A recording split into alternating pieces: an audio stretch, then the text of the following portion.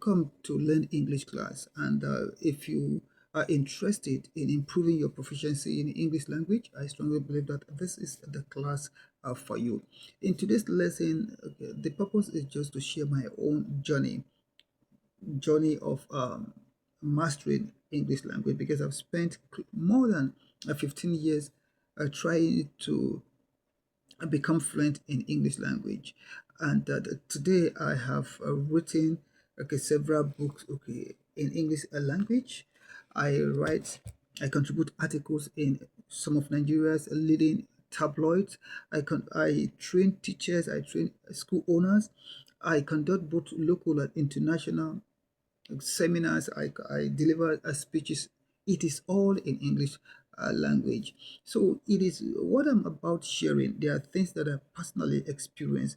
And lest I forget, I am also a part-time lecturer at two tertiary institutions. One is a state university and the other one is a college of education. There I teach both curriculum and English language. I'm also a school owner. In my school, I am responsible for the teaching of English language and phonics. So you can see that I'm so passionate about English language, and that is why I am shooting this video, just to help individuals out there who are interested in improving their proficiency in English language.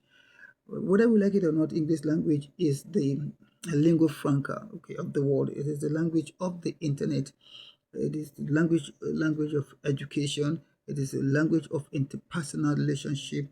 It is the language of international communication, etc. So it is important that individuals out there focus on improving their fluency in English language. So looking back, there are things that I actually put into practice, that has the things that have really helped me to master to a very large extent English language, despite the fact that I am not a native English language speaker. I'm a Yoruba person, speaking from Nigeria. So what were those things that I did that have really maybe culminated in my not only becoming an author in English language, a lecturer in English language, and also an international speaker, because I've delivered lectures internationally. About 2 or 3 years ago, I delivered a talk on the cerebral palsy to some parents who reside in Canada. I write articles, etc. And then this is one of my books. I have about 5 books that I've written both in English language. I contribute articles to some of Nigeria's leading tabloids, the Punch newspapers, the Guardian, the Leadership, etc. So what are those things that have really helped me to have some modest understanding or mastery of English language? I have some of them written on the board. The first one is something called comprehensible input. That one of the ways to improve your proficiency in English language is to be an active learner. For example, this is an orange, and if you look at this orange, the color is what is yellow. It looks like a circle, and this orange is positioned in my front. And if I do like this, you can say, if I decide to put the orange this way, the orange is on my palm. Then if I do like this, it means that the orange is beside my palm. If I do like this, it means that the orange is under my palm. So the concept of comprehensible input has to do with the fact that you don't have to be a kind of a passive learner of the subject. You must be what an active learner by moving, by saying that that is a door, that this is a whiteboard, that is the roof, while this is a window. These are what they are, a means. They are actionable means of what, of learning English language. It is one of the ways that maybe English language experts um, often say that if an individual is intent on improving his or her proficiency in English language, that comprehensible input is one of the reliable kind of mechanisms or frameworks for English mastery, or um, it's one of the tools that an individual can put into practice in order to improve his or her English language fluency. So then the next one is that whenever you're learning English language, I'm going to really advise you. We are now in the age of these chatbots, okay, AI, etc. That the AI can also help individuals improve their proficiency or fluency in English language. So please make sure that you use ChatGPT, use Cloud etc. in the journey towards improving your proficiency or fluency in English language. Then another thing I want to really advise that personally has really helped me to improve my linguistic capability is what I call, I think, the dictionary culture. What do I mean by dictionary culture? Dictionary culture just simply means, okay, that habit of trying to consult the dictionary whenever you come across a phrase, a new phrase, or a new vocabulary word that you've not stored in your mental lexicon. So it is not about trying to understand the maybe the meaning or to decode the meaning of the word. I'm going to really advise you to put this into practice. Like the first one is, okay, the etymology of the word. We will try to know the origin of the word. Then the second one has to do with the semantics. The semantics has to do with the meaning of that new vocabulary word that you've stumbled upon. Then the third one is the orthography. You must know the exact spelling, okay, of the word. Then the fourth thing is the phonology.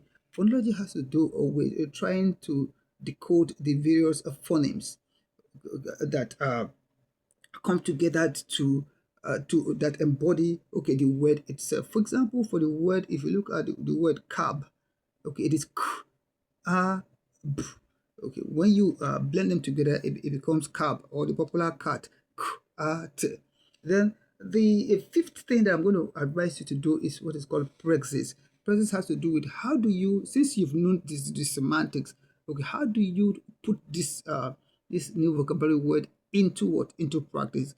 And by so doing, do you know that that vocabulary word will be taken, to be transferred from your short-term memory, okay, into your long-term memory. And then you can also look for what, the antonym. The antonym just simply means the opposite of the word. Then the fifth one is the seventh one is the synonym. Okay, similar. You look at words that are similar, okay, to the new word that you've stumbled upon. Then the number 8, it has to do with the morphology. Morphology just has to do with, okay, what are those various components? Okay, for example, if you look at the word information, okay, from form, okay, in is a prefix, shan is what, is a suffix. So information has, the morphology of information has to do with three, okay, morphemes. So in the process of doing all these things, do you know that you will never forget that word, and that word will become one of your what, one of the words in your mental, okay, lexicon. The mental lexicon is that is that part of the brain, okay, that stores, okay, your semantic information and knowledge. Then another thing I'm going to advise you is this, that your journey towards English mastery, make sure that you avail yourself, okay, of the opportunity of, okay, reading, okay, quality textbooks, especially textbooks that were written by English language what, authors. Okay, I have them, okay, in my library. Okay, it is a, then like I think I talked about the dictionary culture. This is, you can have either the traditional dictionary or the digital dictionary on your phone. Then yes, I've talked about having access to quality English language textbook. Then one other thing that will help you in your journey towards English mastery is that you must have what I call the conversational partners or buddies. Okay, friends that you can converse with as you put, okay, into practice every new word, okay, every phrase, okay, every sentence that you stumbled upon. If you try to put it into practice, that's a way that is going to really enhance, okay, your English language journey.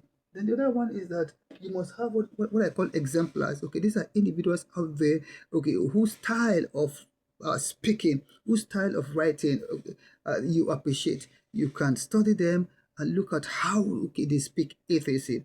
So I hope all these tips, okay, are comprehensible, they are understandable.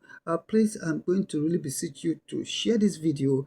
If you have any questions regarding the tips that I've shared that have really helped me thus far in my journey towards English language mastery, okay, you just let me know. Share this video and don't forget, okay, to follow me on YouTube.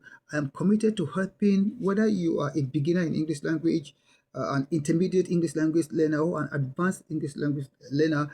This video and others that I had, okay, produced in the past, and those I'm going to produce in the future, will definitely help you.